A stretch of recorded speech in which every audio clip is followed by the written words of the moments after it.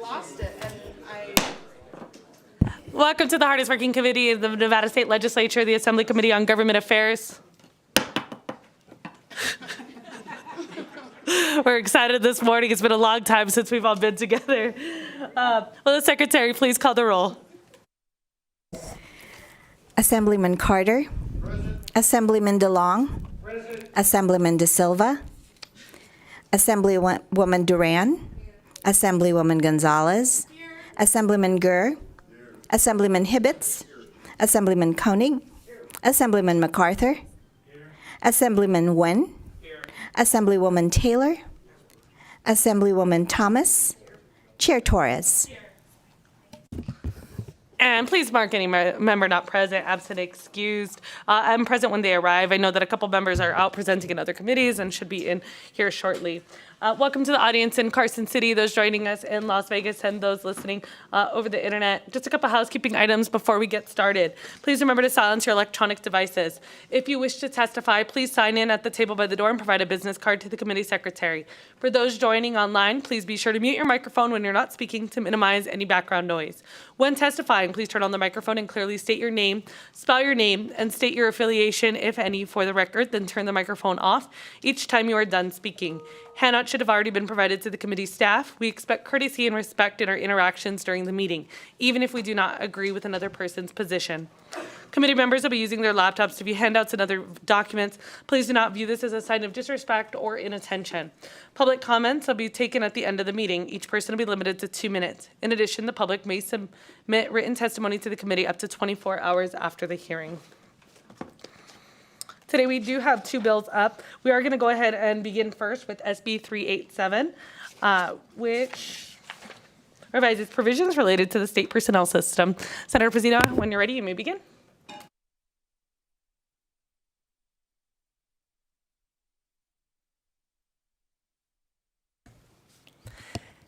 Good morning, Chair Torres, Vice Chair Duran, and members of the Assembly Committee on Government Affairs. Thank you so much for having me, and it's great to see everyone all assembled together. For the record, my name is Julie Pazina, representing Senate District 12 in Clark County, and it's my pleasure to be before you today to present Senate Bill 387. By way of background, this bill was brought forward to ensure that opportunities exist for every qualified person to be employed in our classified state service. As the Reverend Dr. Martin Luther King once so eloquently stated, everybody can be great because anybody can serve. You don't have to have a college degree to serve. We've heard throughout the session about the need to fill positions in the state, and SB 387 gives qualified Nevadans an opportunity to fill some of these vacant positions. As you may be aware, existing law establishes a classified service of employment within the state. This is to ensure that state positions are based on a similarity of duties and responsibilities so that the same qualifications may reasonably be required for all positions within the same class. Therefore, this one-section bill simply requires the administrator of the Division of Human Resources within the Department of Administration to periodically review the positions in the classified service that require a person to hold a bachelor's degree. When the administrator deems it necessary for the efficiency of public service, the administrator is then authorized to revise the qualifications to allow a person to substitute equivalent experience or skills in lieu of a degree. In a nutshell, our most skilled and otherwise qualified Nevadans should not be denied a chance to work in the classified service solely because that individual lacks a bachelor's degree. This bill will afford the administrator the authority to revise the qualifications for classified positions as necessary to ensure that the state is able to hire the most qualified Nevadans for positions.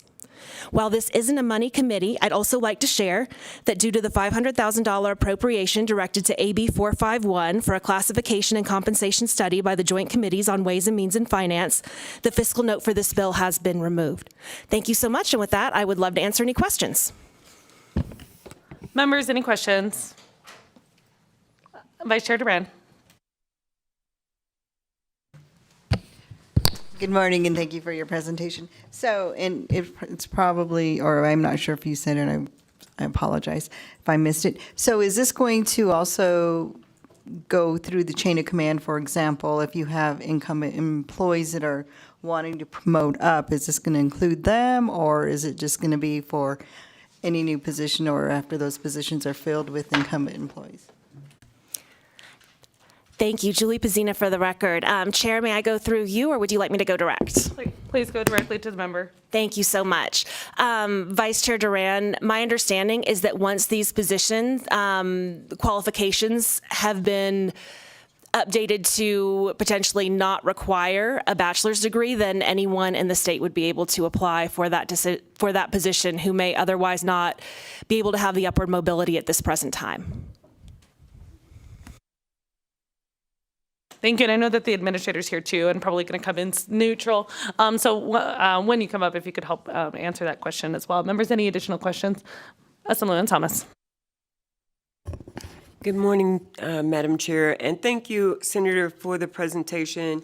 And I appreciate moving forward because I think sometimes we stagnate, and this will help us in the state to move forward, I'm hoping. When you said the head of HR director would be the administrator of the reclassification of a position other than a bachelor's degree, they will take in consideration life experiences and how long that person worked in whatever department. That's how I'm understanding this. Julie Pizzina for the record, and thank you so much, Assemblywoman Thomas. Yes, that is exactly correct. It would replace commensurate job experience, life experience, for the requirement of holding a bachelor's degree for some of these positions. If, like me, you've heard throughout hearings throughout the course of the year how many positions are open right now, this would give a lot more Nevadans an opportunity to be employed by the state. And the impetus for this and where this idea came from was the governor in Pennsylvania signed an executive order to essentially change job requirements to remove the requirement of having a bachelor's degree in the state for so many of the state positions, as they're having a similar challenge there. And I thought, oh my gosh, what a great idea. And again, I've heard in hearings throughout the year, you hear it on the news, how many open positions there are, and good positions that so many people are qualified for and would do a phenomenal job at. So the idea of removing the requirement of a bachelor's degree opens this up to people who, exactly like you said, already have the life experience, the commensurate job experience. They just don't hold a college degree. Thank you. Members, any additional questions? Ms. Bosmith, did you want to answer that question just so we can have it as part of this part? Thank you.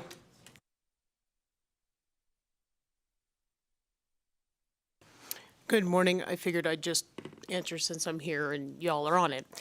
For the record, Mandy Bosmith, I serve the state as the administrator for the Division of Human Resource Management within the Department of Administration. We'd like to thank Senator Pizzina for bringing this bill forward because this highlights something that we've been working on. We started working on in the current biennium, but it also helps us to have some guidance and some direction based on what the constituency has told you folks that they're looking for.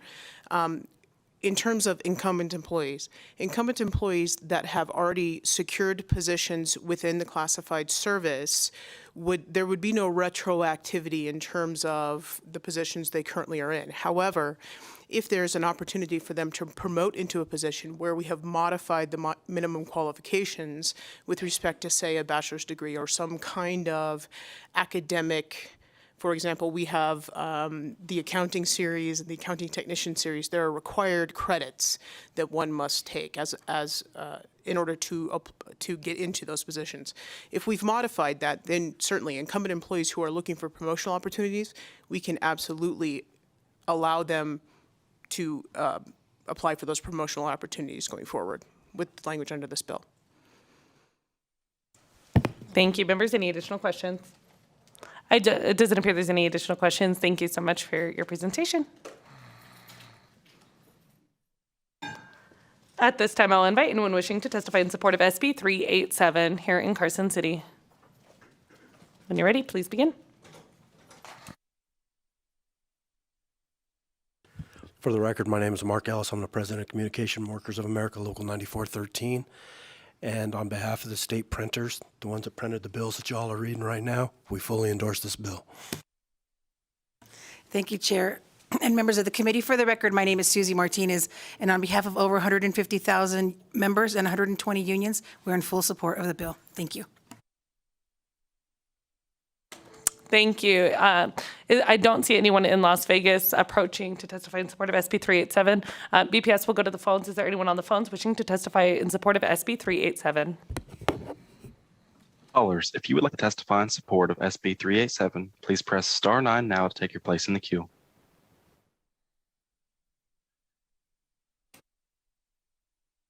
Chair, there are no callers choosing to testify at this time.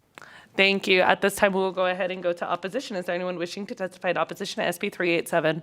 I don't see any here in Carson City, and I don't see any in Las Vegas. BPS, is there anyone on the phone wishing to testify in opposition to SB 387? Callers, if you would like to testify in opposition to SB 387, please press star 9 now to take your place in the queue.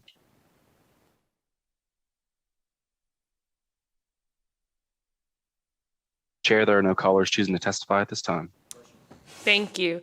At this time, we'll go to neutral. Is there anyone wishing to testify neutral to SB 387? I don't see any here in Carson City. I don't see any in Las Vegas. BPS, is there anyone on the line wishing to testify neutral to SB 387? Callers, if you would like to testify neutral for SB 387, please press star 9 now to take your place in the queue.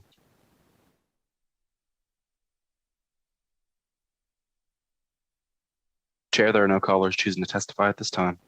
Thank you. At this time, I'll invite the bill sponsor for any closing remarks. We will close the hearing on SB 387. As committee members know, the speaker has waived the 24-hour rule, so we do not need to wait 24 hours to work session a piece of legislation. So at this time, we are going to go ahead and move into the work session for SB 387. We'll go ahead and go to the policy analyst just quick. I think the summary will be very brief. Thank you, Chair Torres. This is Jennifer Rudy, Committee Policy Analyst. Senate Bill 387, which was just heard, requires the Administrator of the Division of Human Resource Management of the Department of Administration to periodically review the positions in the classified service that require a person to hold a bachelor's degree, and whenever the Administrator deems it necessary for the efficiency of the public service, revise the qualifications to allow a person to substitute equivalent experience or skills in lieu of such a degree. Thank you. Thank you. At this time, members, any questions? Doesn't appear there's any questions. At this time, I'll entertain a motion to do pass SB 387. I have the motion from Assemblywoman Gonzalez, and I have a second from Vice Chair Duran. Members, any discussion? Doesn't appear there's any. All in favor, please say aye. Aye. Any opposed, say nay. This motion does carry. And I'll assign the floor statement to Assemblywoman Gonzalez. I'm sure you'll be giving that since we do all the floor statements. Thank you. Congratulations, Senator. At this time, we will go next to the hearing on SB 226, which revises provisions governing public works. And I believe we are waiting for the majority leader. 1 minute recess.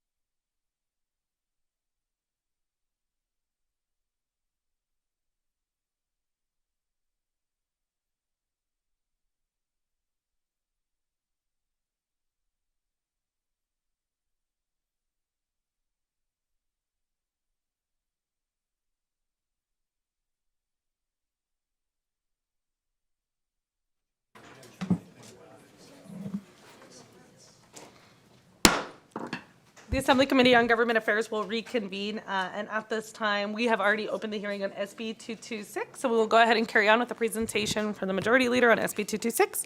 When you're ready, you may begin.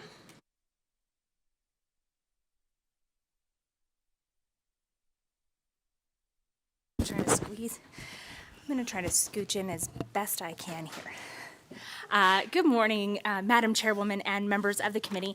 My name is Nicole Canizaro, and I represent Senate District 6 in the northwest portion of the Las Vegas Valley, and also serve as your Senate Majority Leader. And I am pleased to be here today to present to you Senate Bill 226, which revises provisions related to public works.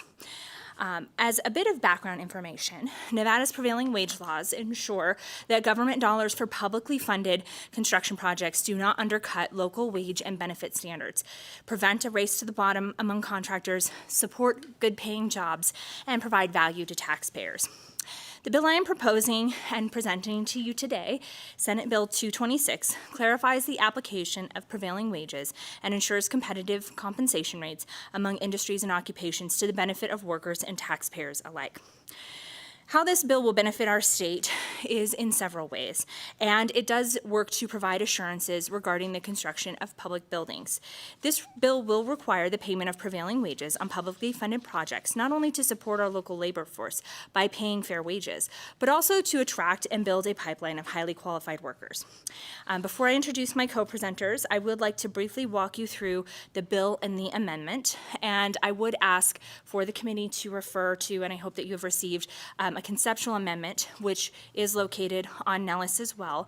In it, you will see that we are proposing to strike all sections of the bill except for sections 2, 8, 16.5, and 17. I will provide briefly an overview of the remaining sections and then the changes proposed in the conceptual amendment.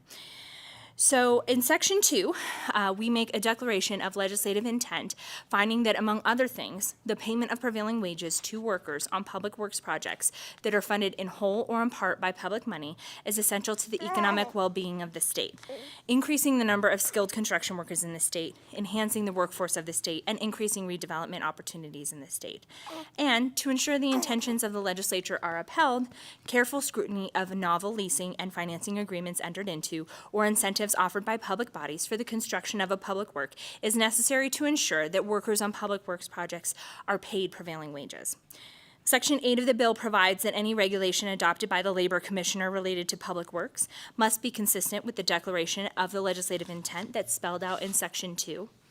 Section 16.5 clarifies that the amendatory provisions of the bill do not apply to any contract, lease, or other agreement entered into prior to the effective date of the bill, which is upon passage and approval as outlined in Section 17. Turning now to the new language in the conceptual amendment, we are proposing to add new language regarding a qualifying organization as identified under Internal Revenue Service Code 501c3 and 509a3, specifically as it relates to support of the construction of hospitals and buildings for the purposes of medical education and research, and providing private financing to construct public buildings in partnership with a public entity. To meet the qualifications of a qualifying organization, the entity must meet IRS's nonprofit status and be organized and operated to support Nevada governmental agencies and political subdivisions, including public schools, colleges, and universities in the construction of hospitals, medical education, or medical research buildings. Under the provisions of this amendment, a project developed by a qualifying organization is exempt from NRS 338.013 through 338.090 regarding selection of a general contractor, required to pay prevailing wages under NRS 338.013 through 338.090, and exempt from public works provisions in Chapter 341 of NRS. Additionally, all subcontracts must be competitively bid in accordance with Chapter 338 of NRS.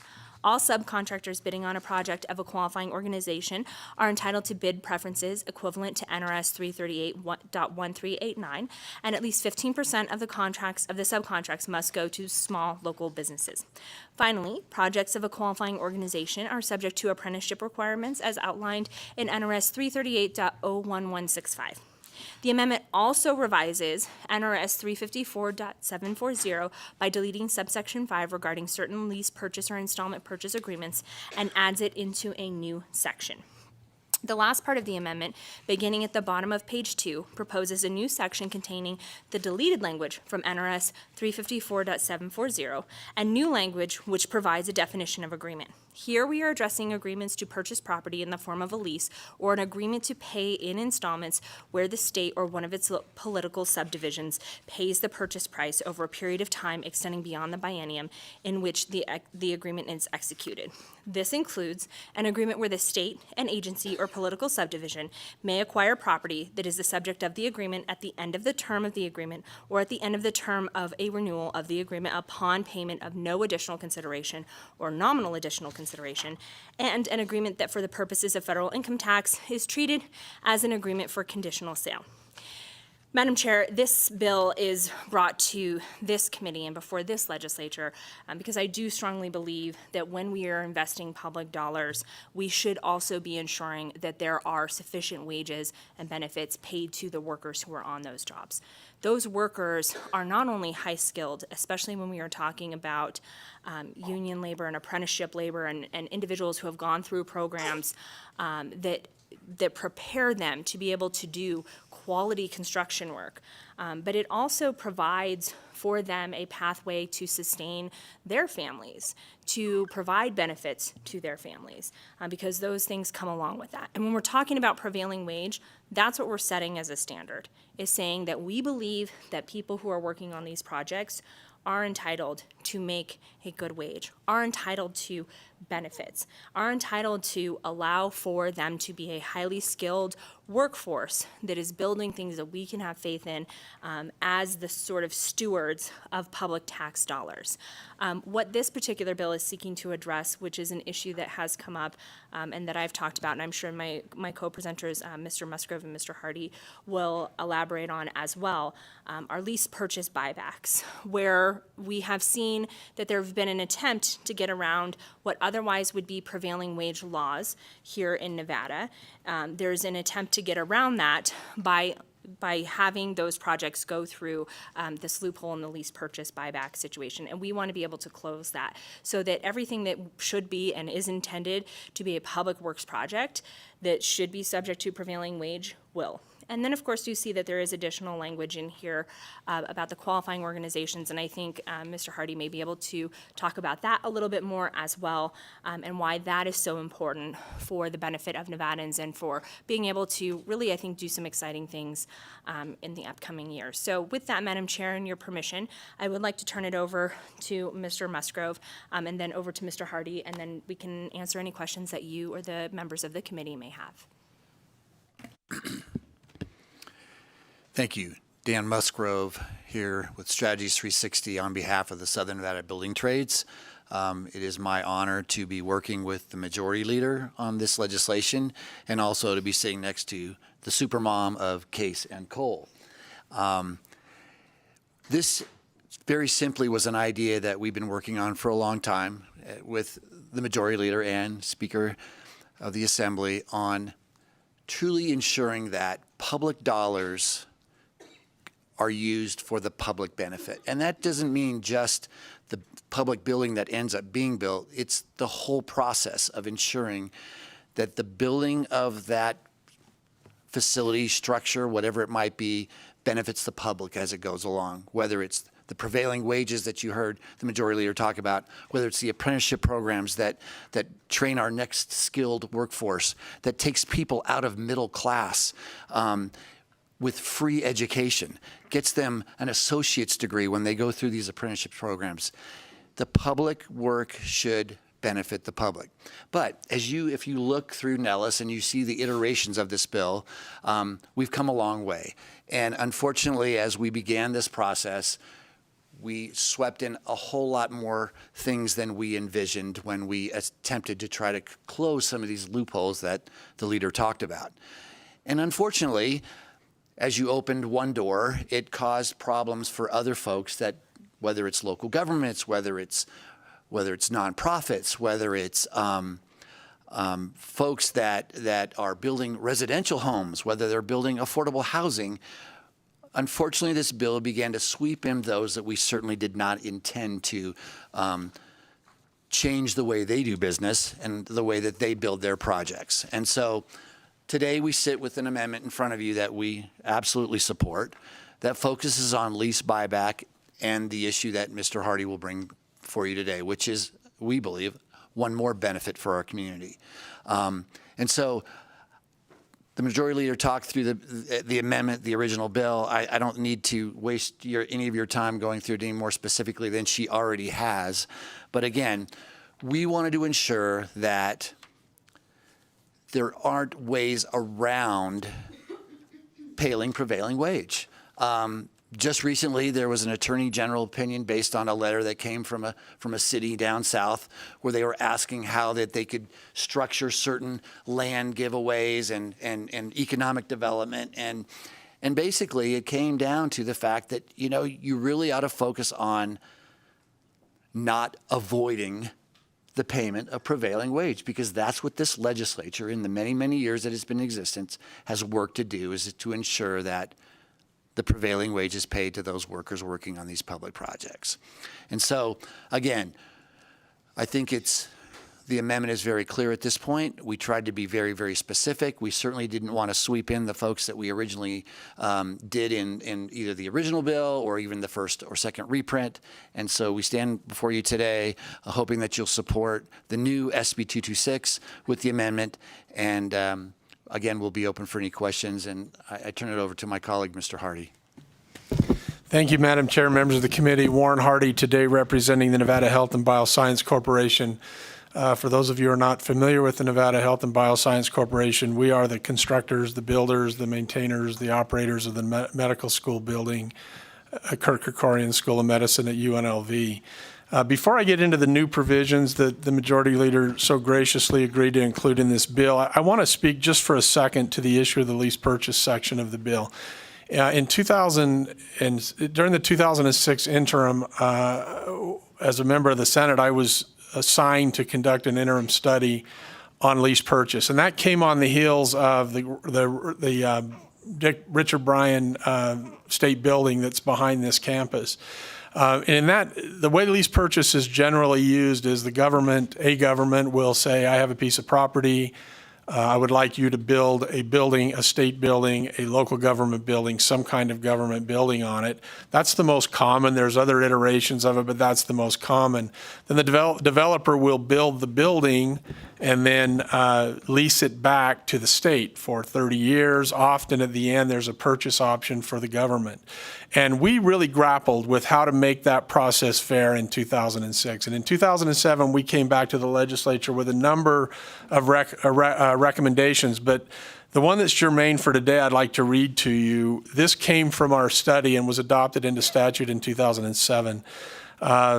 The government of this state and the political subdivisions of this state should not use lease purchase and installment purchase agreements to A, engage in or allow bid shopping, or B, avoid or circumvent any requirement regarding the payment of prevailing wage for public works. These are public works projects. Everybody who knows me in this building knows that I have been engaged and involved in on behalf of the non-union contractors and in the public prevailing wage world for a long time. But my position personally and my position professionally is that the law requires a payment of prevailing wage on public works jobs. That's something we have an obligation to uphold. So what this amendment does, a newly adopted amendment with regard to lease purchase, is focus the attention and the payment of prevailing wage on what we intended in a bipartisan way in 2007 to include, and that is lease purchase. In my mind, the language really says, look, we really mean what we said in section 3, subsection B.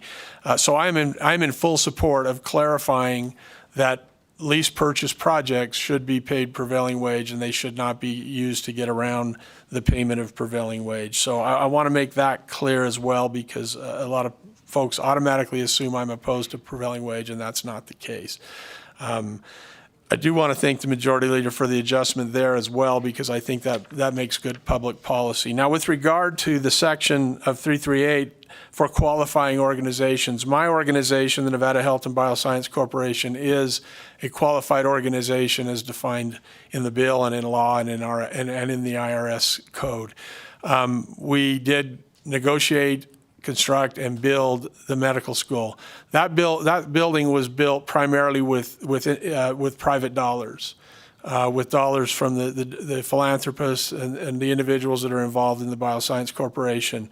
However, although we had no requirement to pay prevailing wage on that project, we did pay prevailing wage on that requirement, on that building. It is our intent to continue to pay prevailing wage on every building we do going forward in the state. And for those of you who aren't too familiar with the medical school, that's one of the, in my humble opinion, not just because I was involved, one of the great stories of Nevada in the last 20 years.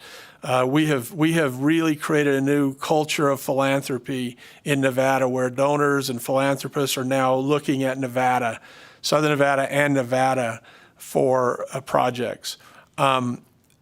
The reason for this legislation is that folks like the Nevada Health and Bioscience Corporation have teams. So we were so successful in the medical school, it finished months ahead of schedule and literally tens of millions of dollars under budget. As a result of that, when Governor Sisolak dedicated some ARPA funds for the construction of a pathology lab at UNR, he said, yes, we'll do the construction, we'll do the pathology lab at UNR, but we also are going to do one at UNLV. And I would like, speaking for Governor Sisolak, I would like to require that the Nevada Health and Bioscience Corporation constructs that facility to remain consistent with what's happening on that campus. So when the Legislative Interim Finance Committee contributed the money to that, the stipulation was that the money would go to the Nevada Health and Bioscience Corporation, and the Nevada Health and Bioscience Corporation would construct, own, manage the building. It soon became evident to us, though, that our structure, our model, would not be allowed in a project where the majority of the money came from the government. And that was because that subjected us to the requirement of 338. Not unlike the NFL stadium, the Allegiant Stadium, where the provision said that the NFL is allowed to use their own selected general contractor. That's because the NFL has very specific authorized, approved general contractors. The Nevada Health and Bioscience Corporation also has select general contractors that we use as part of our team. I will say for some of my colleagues in the legislature that it just so happens that those all happen to be union-affiliated general contractors who use union-affiliated subs. But they feel very strongly that if they're going to be able to duplicate the success of the medical school, which is now expected of us, that we need to be able to use our team. So what the new section of 338 does here under qualifying organization is very narrowly describe what a qualifying organization is. Then it also very narrowly defines what the types of projects a qualifying organization can do. So we can't go out and construct a movie theater. We can't do that legally because legally under the IRS designation, we are a support organization for UNLV. So it has to be an education project. So this is a very narrow definition. What it does is it does very simply allow us to select our own general contractors. Subcontractors after that will have to be bid. It also has subcontractors will also be entitled to the bidding preference that's in statute. They will also be, the requirements for local hire will be intact, and the apprenticeship requirements under 338 will be intact. All this does is allow us to, one, select our certified internally approved general contractor. And two, it takes us out from under the provisions of 341, which is the Public Works statute. So we feel like this will allow the Nevada Health and Bioscience Corporation to fully engage at their best in the projects that we have been asked by the state to participate in. And so I hope that I didn't make it more confusing, but as with my colleagues here, I'll be happy to stand for questions. Thank you for the presentation. Members, any questions? Assemblymember Carter. Yes, thank you. What I'm concerned about, and I know that everything's a moving target at this point in the legislature, are you comfortable that this is closing the loopholes that were exploited by officials down in Southern Nevada to build facilities without paying prevailing wage, such as for the Metropolitan Police Department? Chair Dan Musgrove, yes. Assemblymember Gurr. Thank you, Chair. Couple of questions. It's more confusing than it was yesterday. Your organization is exempt under this law now, if it passes? Thank you, Madam Chair. Our organization, if this passes, are exempt from the requirements of 338 to publicly bid a general contractor. That's all it does. Okay, what does it do? How about a hypothetical, as one of the senators threw in front of us a couple times? That was Warren Hardy, by the way, sorry. What if, let's just use Elko since that's one I'm familiar with. Elko has a chunk of ground and they lease it to me for $1, and then I find a 501(c) to come in and build a building, and it's a legit, straight-up thing, it's not a scam. Does that apply to prevailing wage? Thank you, Madam Chair. As I understand, again, that would depend on the details because the lease purchase would be between a 501c3. They wouldn't be, if the 501c3 was constructing it for a government purpose, then yes, it would apply. That would be a lease purchase under the definition of lease purchase. If it was constructed for a purpose related to the 501c3, the purpose of the nonprofit, then I do not believe it would apply. Okay, let's do another hypothetical. Let's say it's not, say it's like the city puts in $10,000 toward the building of a Boys and Girls Club or something like that. Does that apply? Thank you, Madam Chair. Warren Hardy, no, that would not. That would have arguably likely applied under the original version of 226, but under this version it would not. A lease purchase is a very specific, usually a financing scheme arrangement that it is the building is for a public purpose. This would apply in the case, this would have applied in the case of the Richard Bryan, where the state, if I can remember back that far, the state donated the land or contributed the land. The private developer built it without prevailing wage as a private job, then leased it back for 30 years to the state. In my opinion, that's a direct circumvention of the intent of prevailing wage. Okay, and I'm sorry, Chair, I just kept going. I apologize to you. And I think that clears up most of the fog I had. Well, maybe after we're done, you can clear up more. Thank you. Thank you, Madam Chair. Thank you, Assemblyman Thomas.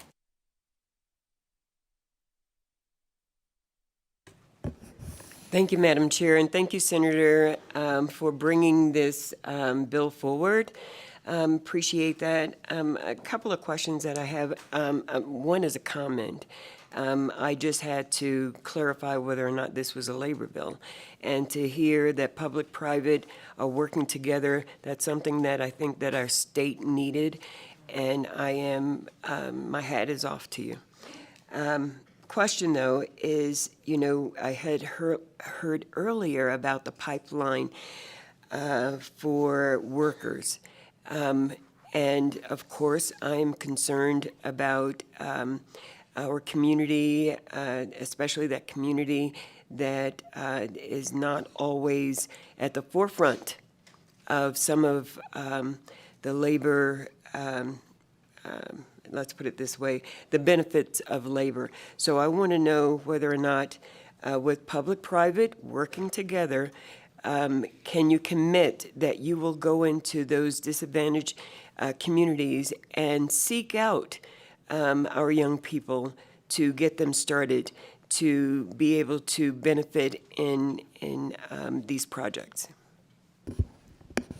Madam Chairwoman, members of the committee, Warren Hardy, what I can commit to you, Assemblywoman, is that's the one thing that the non-union sector of the industry and the union sector of the industry aggressively agree on, is the need to get not only underrepresented members of our community into the construction trades, but people into the construction trades. The biggest challenge we have in good economic times like we're having in Nevada right now is to attract people and get workers on jobs. So I can 100% commit to you that that is an ongoing effort by both my friends in labor, and I'll let Mr. Musgrove speak to that, but also the non-union sector. We are aggressively trying to recruit for the survival of our industry. We're aggressively trying to recruit young people.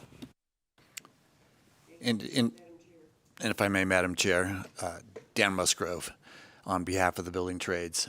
And those are so important, as Mr. Hardy said. And there's already been legislation that's come through this committee that focuses on some of those things. There was actually 2 bills, I think, that the Chair of Ways and Means brought dealing with women in the construction, as well as community development agreements that we passed in AB 391 out of this committee that focuses on those underserved communities. And as you heard Mr. Hardy commit to, this bill will focus on that local hire as well. And so the more work that we have when it comes to public works, the more folks that we need in apprenticeship programs, the more aggressive we have to be in getting folks into those programs in the pipeline, as you discussed, because that's the benefit of what public works should do, is training that next workforce and moving them out of poverty and into a well-paying middle-class job with a pension. Thank you, and I like putting that on the record. Thank you. Thank you, Madam Chair. Assemblyman DeLong. Thank you, Madam Chair. I just want to confirm that for affordable housing projects, are they required to pay prevailing wage? Thank you, Madam Chair, to Mr. DeLong. The amendment before you today removes all sections of 226. So the original language with regard to affordable housing is no longer included in the bill, nor is all of the other things that most folks were concerned about with regard to the expansion of prevailing wage. This is laser focused on lease purchase projects, which we thought we fixed in 2007. So to simplify that, just would no work? Not for me. Warren Hardy, I have to go. It takes me 15 minutes to state the nature of the weather, Madam Chair. You know that. Members, any additional questions? Assemblyman Taylor. Thank you, Madam Chair. And good morning. Good morning, Senator and Junior Senator. And gentlemen, thank you for being here. Just a follow-up question, Mr. Hardy. I think I got this, but I want to be sure. I appreciate it's not really a carve-out, but the consideration for the philanthropic efforts and those, because I think those are really important, right, in our state. But I want to make sure that, I think you addressed this, but I may have missed it. So in those situations, such as you mentioned, the building for Senator Bryan, are they still paying prevailing wage? Thank you, Madam Chair, to Ms. Taylor. Warren Hardy for the record. Yeah, we would be, so my organization pays prevailing wage regardless. As I indicated, there was no legal requirement for us to pay prevailing wage on the medical school, but we paid prevailing wage. And that was largely a function of our desire to make sure prevailing wage was paid and the contractors that we hired. So yes, if this were in place now, and again, I thought we fixed it in 2007, if the Bryan building were built today, it would require the payment of prevailing wage to construct. So this is the loophole we're trying to close. We obviously didn't get enough with the legislative declaration in 2007, so now we're coming back and saying it in no uncertain terms. Okay, I appreciate that. Thank you so much. Thank you, Chair. Thank you. Members, any additional questions? I was just hoping that you could talk a little bit about like the economic impact of prevailing wage on the greater community and not just on that one individual project. Thank you, Madam Chair, and I'll take a stab at this, and then if anybody else wants to chime in, they certainly can. I'm Nicole Canizaro, Senate District 6. So, and the original impetus for Senate Bill 226 was to say that there are places where we are investing public dollars, where we believe that it should be paid prevailing wage, because when we are paying prevailing wage, what we are assuring is that those workers who are coming onto those jobs are making a wage that allows for them to have a career, right? That gives them the ability to provide for their families, that gives them the ability to also have benefits accompany that. And I think from an economic standpoint, when workers are making enough to support their family, when they have access to benefits and to things like health care, that is something that innately benefits our economy because they're making money that they can then use to buy goods, right? That they can then use to afford housing for their families, that then they are able to access medical care, that they're able to talk about retirement in terms of the benefits package. And so I think from an economic standpoint, whenever we're investing in workers who are able to have that as what they get for the job that they work every single day, then we are doing our job as legislators in being, and I know I've talked about this in my previous comments, stewards of public tax dollars, to say that we are also, when we're using those to build buildings, when we're using those to build public buildings for public purposes, that we know that the jobs that are going into creating those are sustaining families. From an economic standpoint, and we certainly have, and I know on the Senate side we talked very extensively about this as well. When it comes to prevailing wage projects, those projects are typically done in a much faster timeline, in a way that is done where because they are building with skilled labor that can come in and do the work efficiently, they're building them for usually what is maybe a little more on the front end because you're actually paying those workers who actually have the credentials to do the work that they are there to do. But also we know that those buildings tend to be very stable when they are built, done on a timeline that makes sense, and that ultimately saves taxpayers money because we don't have to go back in with multiple change orders in order to fix work that wasn't done properly in the first instance, or to extend a project and to invest more money into that because it wasn't done in a timely fashion. Because we're investing in that skilled workforce when we're talking about prevailing wage. You're going to get a more skilled workforce who's going to be able to build projects more efficiently.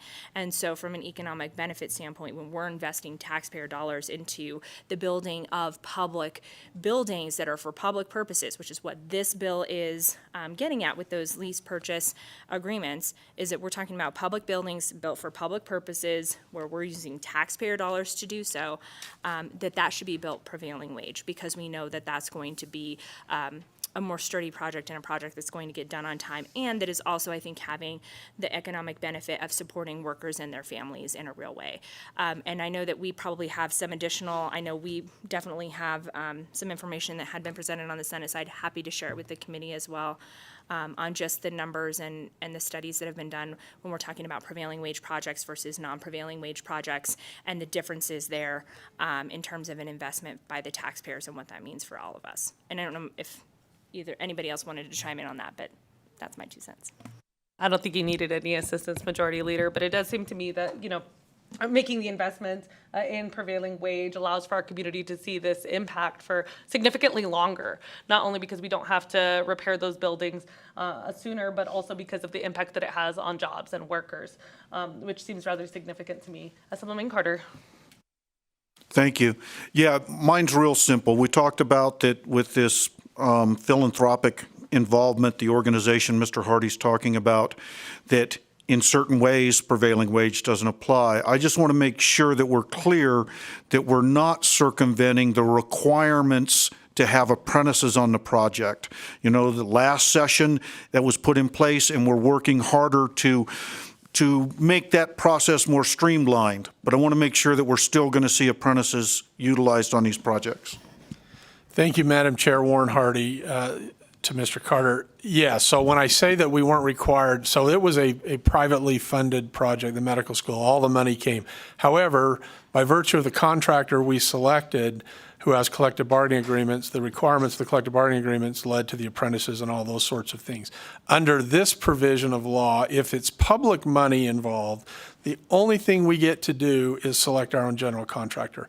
All the other provisions of local hire, of bidding for subs, and for apprenticeship applies. And that's specifically called out in this statute.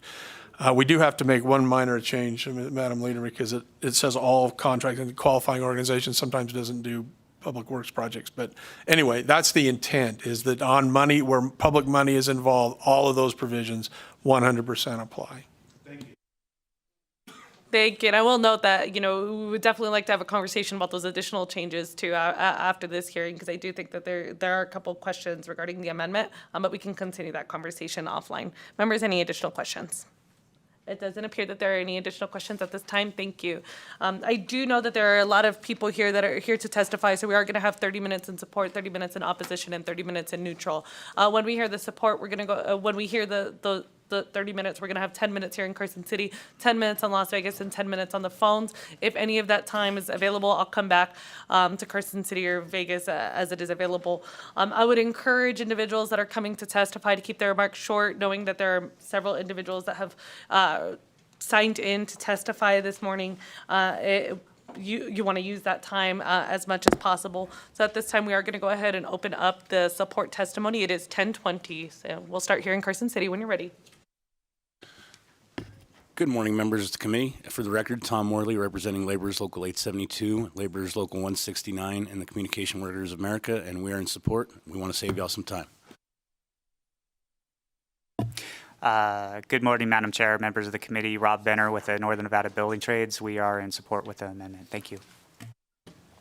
Good morning, Andy Donahue with the Labor Employers Cooperation Education Trust. Very pleased to see existing legislative findings further reinforced and codified. In support of the bill. Thank you. Good morning, Madam Chair and members of the committee. My name is Ronnie Young. I represent the IBW Local 357, and we are in full support of this bill. Thank you. Good morning, Chair and members of the committee. For the record, my name is Susie Martinez, and I am the Executive Secretary Treasurer of the Nevada State AFL-CIO. And on behalf of over 150,000 members and 120 unions, we are in full support of the bill. Thank you. Mark Ellis, President, Communication Workers of America, Local 9413. Us too. Nick Vasiliadis, representing the Carpenters Union. Us too.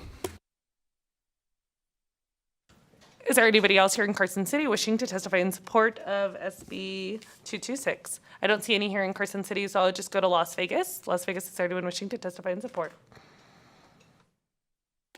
And please feel free to fill the seats. I know there's 3 chairs there, so we could have 3 people come at a time. You may begin when you're ready. Good morning, Chair and members of the committee. My name is Aaron Ibarra with Southern Nevada Building Trades, and we are in full support of this bill. Good morning, Madam Chair, members of the committee. For the record, Stephen Dudley, Steven Dudley. We represent just under 6,000 members here in Carpenters in Southern Nevada, and we are in full support of this bill. Committee members, Chair, my name is Alfonso Lopez. I represent the sheet metal and aerial transportation workers, and we are also in full support of this bill. Thank you very much. Good morning, Chair and members of the committee. My name is Jimmy Schwarz, Jimmy Schwarz. I'm with Ironworkers Local 433, and we support this bill. Thank you. Good morning, everybody. My name is Bob Horton, Horton. I'm the business agent for the structural ironworkers here in Las Vegas. We represent about 500 men and women. We are in full support of this bill. Good morning, Robert Diaz, representing Smart Local 88. We are in support of the bill. Good morning. My name is Ricardo Estrada, members of the board, local union ironworker 433. I am supporting this bill. Good morning to everyone. This is Anthony Ivester with the Bricklayers Union here in Las Vegas and Northern Nevada. We are in full support of this bill. Thanks. Good morning, Madam Chair and members of the committee. My name is Jacob Gonzalez with the Bricklayers, and we are in full support of SB 226. Thank you.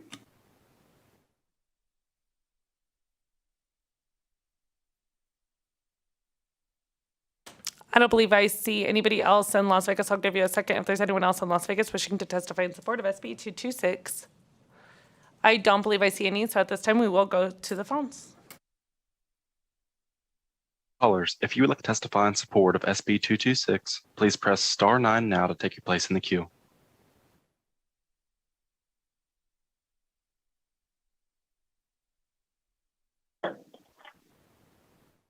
Good morning, Chairman Torres, members of the committee. For the record, my name is Russ James with the Nevada AFL-CIO, longtime member of the Painters and Allied Trades.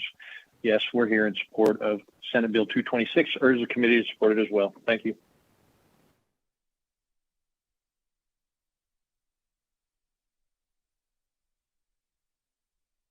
Good morning, members of the committee. My name is Dion Klug, D-I-O-N-N-E-K-L-U-G. I'm with the United Food and Commercial Workers Union, Local 711 in Las Vegas, and we urge you to support SB 526. Thank you.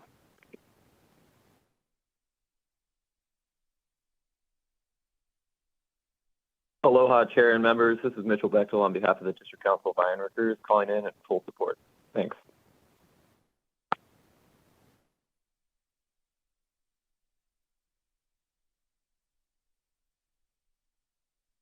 Good morning, Chairwoman Torres and members of the committee. My name is Charles Zemp, C-H-A-R-L-E-S, last name Z-E-M-P.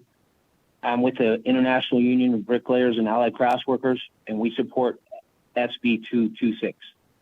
Thank you.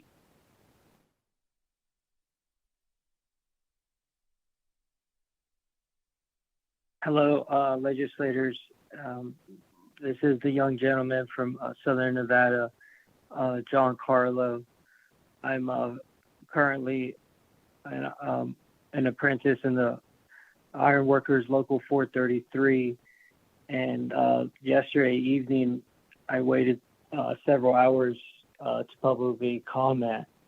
And I had to go, so I'd like to express how the manner in which this bill was presented. I would just like to add that... Sir, do you have any comments on SB 226? On SB 226, the way that it would help our community is not only towards the state and our economy, but we're also reaching out to those below us and that need it, and that some that you guys never hear about. We are also in, that would also help in that way. But that's all I'd like to say, and thank you guys for working so hard. Thank you. Next caller. Good morning. Good morning, Chairwoman Torres, members of the committee. For the record, my name is Liz Sorensen. I'm the president of the Nevada State AFL-CIO, and I'm here in strong support of Senate Bill 226. I urge the committee to support it as well. Thank you so much for your time.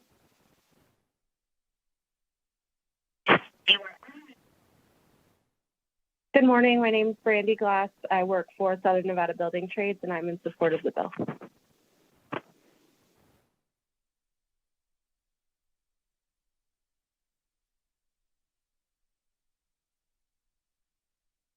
Good morning, members of the committee. For the record, my name is Juan Orpineda, first name J-U-A-N, last name O-R-P-I-N-E-D-A, and I represent Local 469 workers here in Las Vegas, and we are in full support. Chair, there are no more callers choosing to testify at this time. Thank you. At this time, it is 10:27, so we did finish the support in 7 minutes. But I will note that we have given an equal opportunity for support to come out and testify. And I do not see anybody additional in the audience here in Carson City, in Las Vegas, or on the phones. So at this time, we will go ahead and go to opposition. So it is 10:28. We'll go ahead and open up the opposition. Anyone wishing to testify in opposition?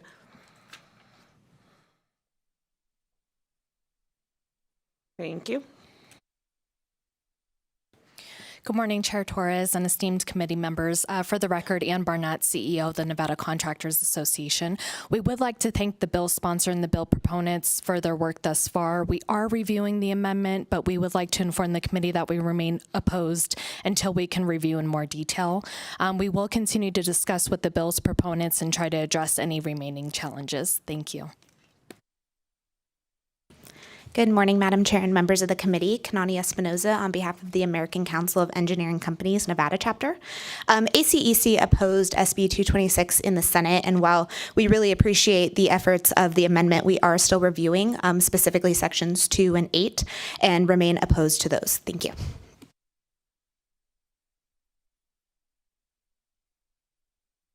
I don't see anyone else here in Carson City wishing to testify in opposition. Is there anyone in Las Vegas wishing to testify in opposition to SB 226? I do not see any at this time. BPS, is there anyone on the line wishing to testify in opposition to SB 226? Chair, there are no callers choosing to testify at this time. Thank you. At this time, we'll go ahead and go to neutral. Is there anyone wishing to testify neutral to SB 226?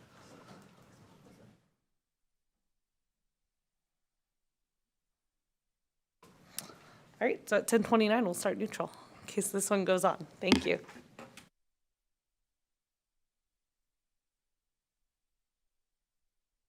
Good morning, Madam Chair, members of the committee. Josh Hicks with McDonald Carano on behalf of the Nevada Home Builders Association.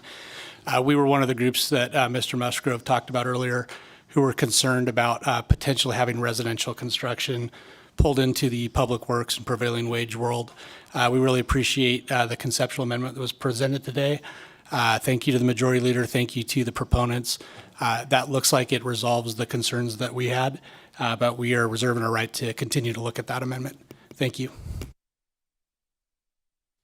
Morning, Madam Chair. Bill Brewer with Nevada Rural Housing Authority. Would like to say a big ditto to what was just said.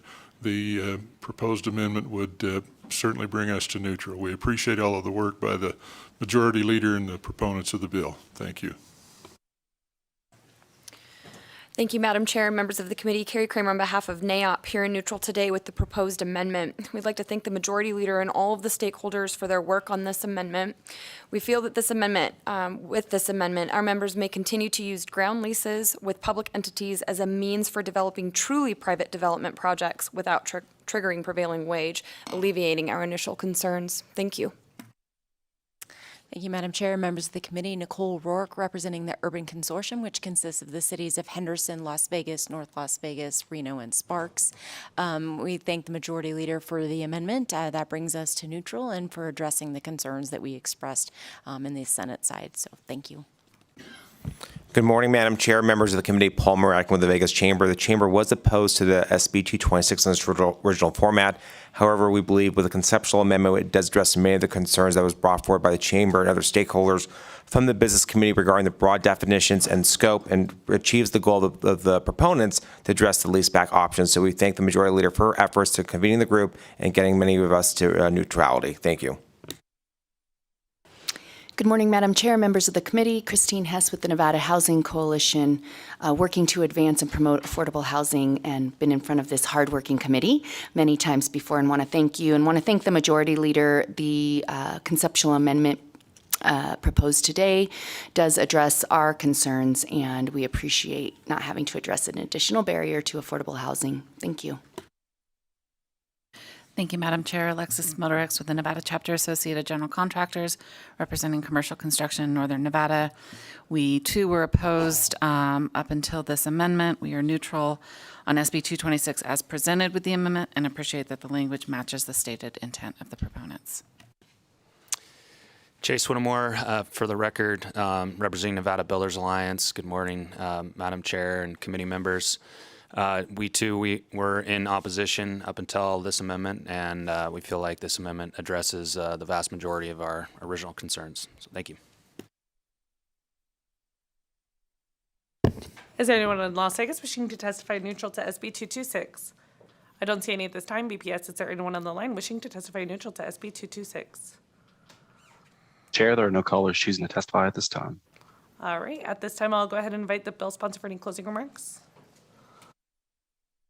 It appears there are none, so we can go ahead and close the hearing on SB 226.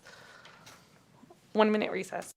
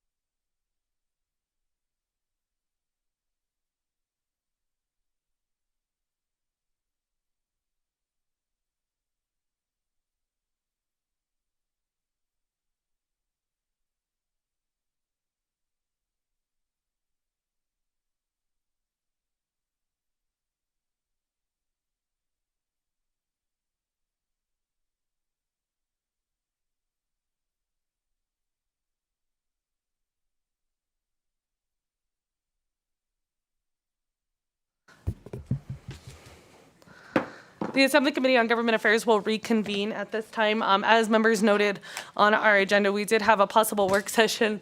After talking to the members of the committee, we are going to go ahead and I will entertain a motion.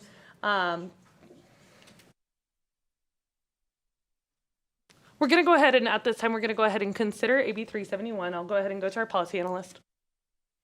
Thank you, Chair Torres. This is Jennifer Rudy, Committee Policy Analyst. The bill up for consideration today on the work session is Senate Bill 371. The work session document should be available on Nellis, and it was heard on May 17th. It authorizes a Board of County Commissioners and a governing body of an incorporated city, except as expressly prohibited by statute, to enact any ordinance or measure related to affordable housing, including without limitation rent control. Thank you. Thank you. Members, any questions? At this time, after speaking with members of the committee, I will entertain a motion to report without recommendation. Do I have a motion? I have the motion from Assemblyman Carter. Do I have a second? I have a second from Assemblywoman Thomas. Members, is there any discussion? As a reminder to the committee, this means that we are going to report this to the floor without taking a vote on it at this time. Do you have additional discussion, Assemblyman DeLong? Yes, thank you, Chair. I just remembering the discussion with the senator during his testimony, he agreed to remove the rent control language, and it appears that has not occurred. Thank you. Thank you for your feedback. At this time, we are considering the piece of legislation without that additional amendment. That is correct. And once again, it is a vote. We are just not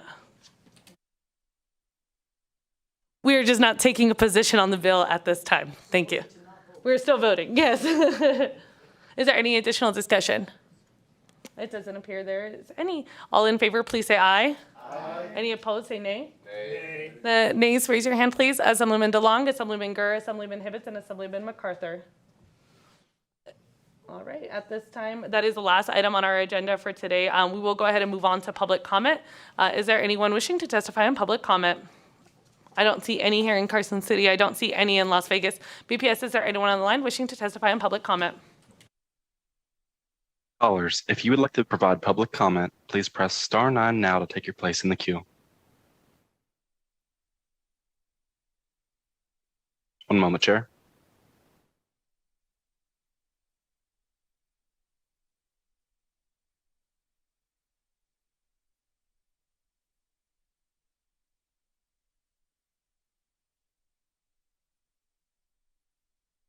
Hello, legislators. This is a young gentleman again, John Carlo from Southern Nevada, and just want to tell you guys I appreciate you guys working so hard. I was sitting on the meeting yesterday, and I appreciate you guys just working, to slow down and know that you're handling people's lives and people's futures in this state. But anyways, I want to wish you guys a very good day, and that's all I have to say. Thank you. Thank you. Next caller, please. Chair, there are no more callers choosing to provide public comment at this time. Thank you. Members, as you will note, this is one of our final weeks. It is actually our final week for now. The legislature with only a couple days left, so I expect that we will be meeting again. We will possibly have upcoming hearings. I will make sure that those are posted as soon as we catch bills, so make sure that you are following what gets introduced into the legislature, and you'll kind of have an idea of what's getting sent over to the Government Affairs Committee and what to take a look at, what might be up for a hearing. But at this time, we may be meeting tomorrow at 9 a.m., but I will let you know if that changes. The Assembly Committee on Government Affairs is adjourned.